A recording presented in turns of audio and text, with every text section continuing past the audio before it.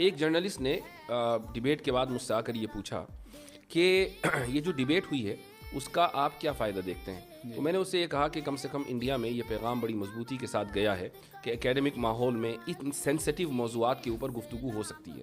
تو اس نے بڑی شاکنگ بات کہی مجھ سے. اس نے کہا انڈیا کا کیا مطلب، ساری دنیا میں ایسا ہی ہے، ڈیبیٹ ان موضوعات پر ہوتی نہیں ہے. میں نے کہا نہیں، آپ غلط ہیں.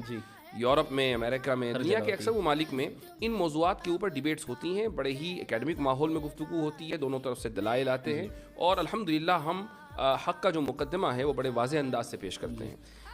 ایک جرنلسٹ نے مجھ سے بھی کچھ اسی طرح کا سوال پوچھا تھا. اس نے کہا کہ باقی چیزوں کو چھوڑ کر ڈز گاڈ ایگزسٹ پر ہی کیوں بات ہوئی؟ تو ہم نے کہا کہ بھائی ہمارے نزدیک گاڈ کا ایگزسٹنس جو ہے وہ در حقیقت سب سے بڑا مسئلہ ہے، اور گاڈ پر ایمان لانا یہ سب سے بڑا مسئلہ ہے، چونکہ باقی ساری چیزیں سیکنڈری درجے کی چیز ہے.